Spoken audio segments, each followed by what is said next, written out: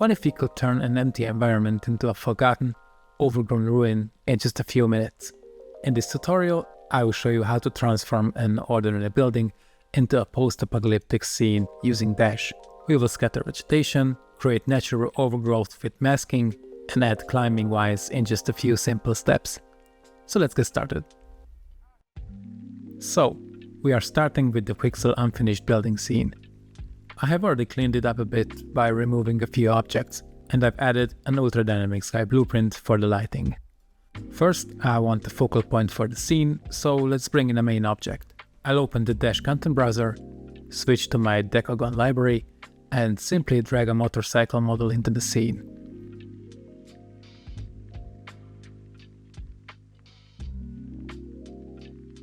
After this, I tweak the lighting a bit to make the bike stand out more.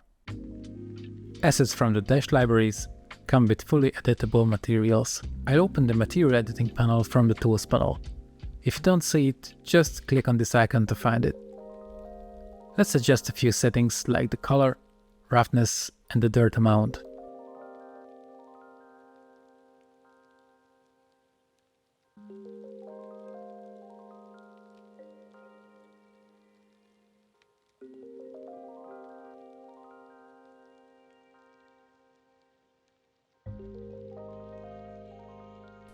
Now it's time to start adding vegetation. I have already downloaded a few Megascans plans. Any assets you download from Fab or Bridge will automatically appear in the Dash content library. While holding Ctrl, I simply drag them into the scene and choose Scatter here. From here I can adjust the density, scale, and various masking options.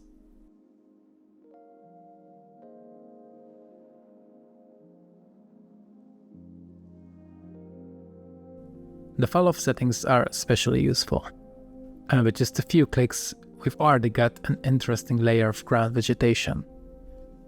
We can also use objects as masks.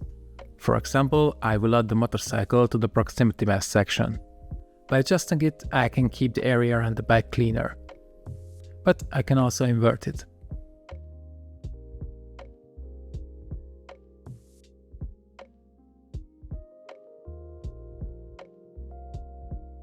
Next, let's create vegetation growing along the walls and pillars. I select a couple of foliage groups, hold Ctrl and drag them onto the ground, and choose Scatter on Selection.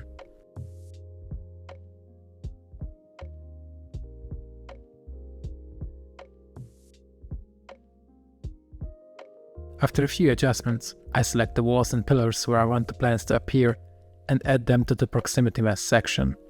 I can invert the mask and fine-tune the fall-off and the noise mask until I'm happy with the result.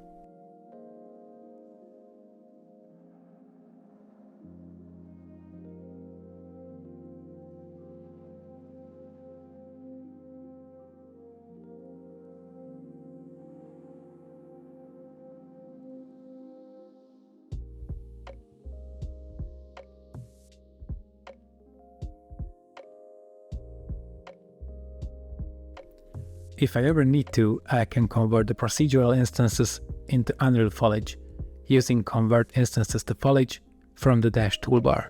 But keep in mind that after converting, the scatter is no longer procedural and becomes a standard foliage actor. Let's add some vegetation to the stairs as well. I select the surfaces and scatter the plants just like before.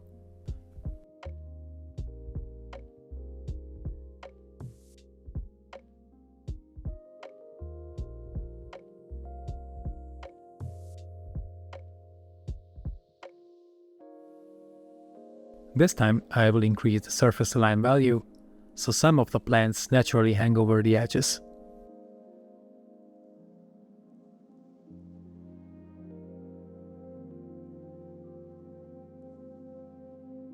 But we're not limited to the ground. We can also scatter directly onto the motorcycle. I will use the English Ivy pack, but I only want a few of these assets. Instead of scattering immediately, I hold Ctrl, drag onto an empty area, and choose Placing Grid. After selecting the plants I want, I will create a new surface scatter from the Dash toolbar.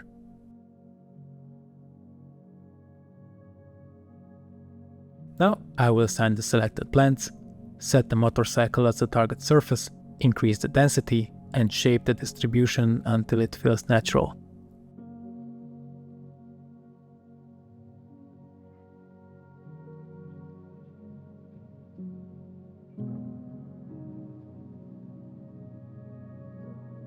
Finally, I will use an empty actor as a mask to keep the engine visible.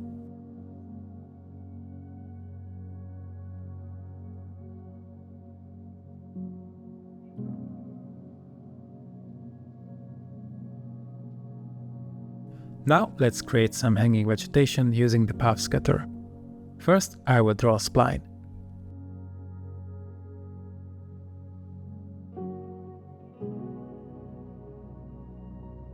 Then I select the plants, hold Ctrl and scatter them onto the spline.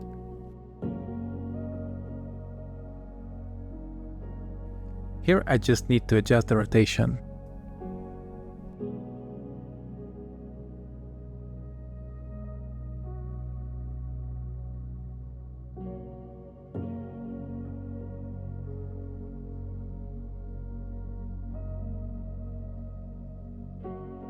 I can also duplicate splines and add them to the same scatter.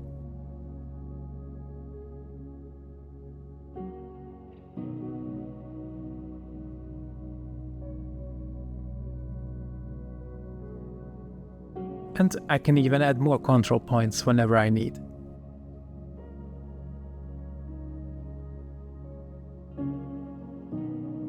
Now it's time to generate some climbing vines. I will duplicate my empty actor to use it as my vine's origin.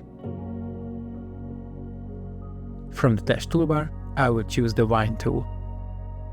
First, I will assign the origin actor, choose this pillar as the target surface, and Dash generates a fully procedural vine.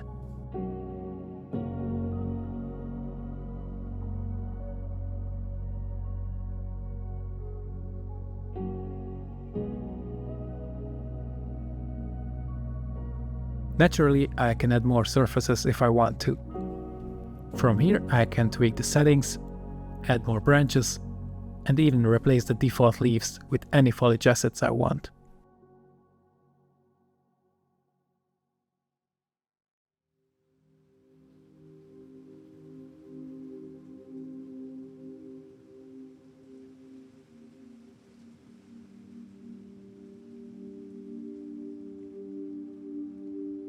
But if I need more artistic control, I can also draw vines manually using the Draw Vine tool.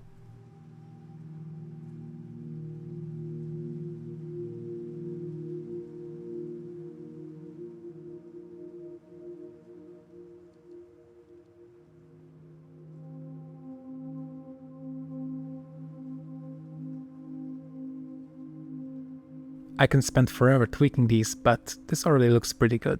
I will quickly generate a few more around the scene.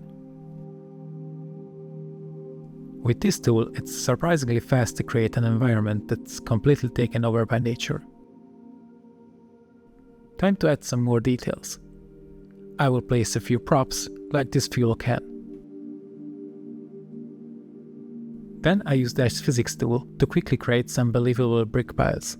I can select this brick, choose Physics Drop from the Place menu, and within seconds I have a nice pile.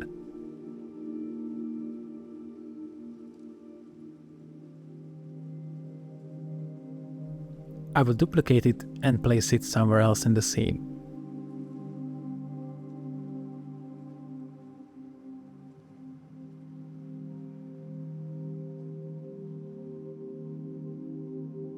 Next, let's add a few decals from the content browser.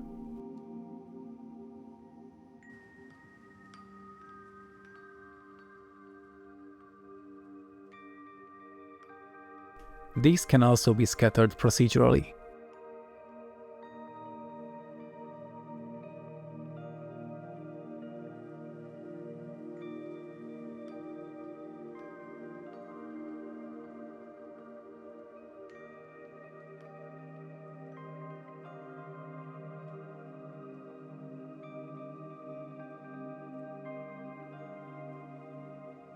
Finally, I will add a few wall splatters to give the environment a little more history.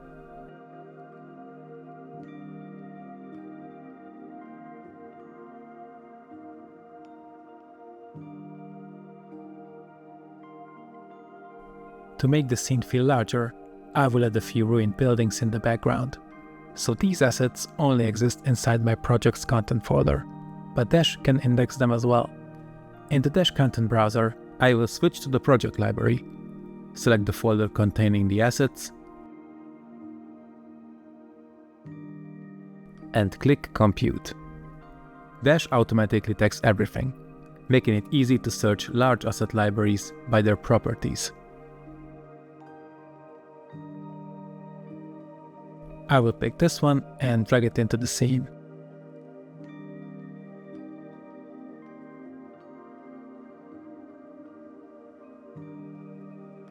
And here I can also add a few trees.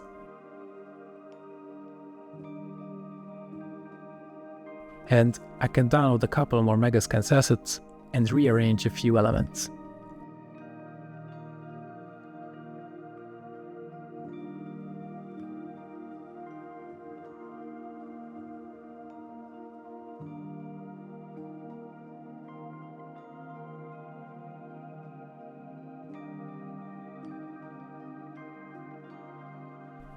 I will give the motorcycle one final color adjustment so it stands out a bit more.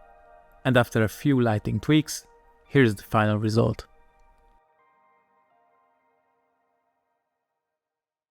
So, using just a handful of Dash tools, we have transformed an empty building into a lush, abandoned scene while keeping the entire workflow fast and fully procedural. If you'd like to try Dash yourself, you can download it for free using the link below. Thanks for watching, and I see you in the next tutorial.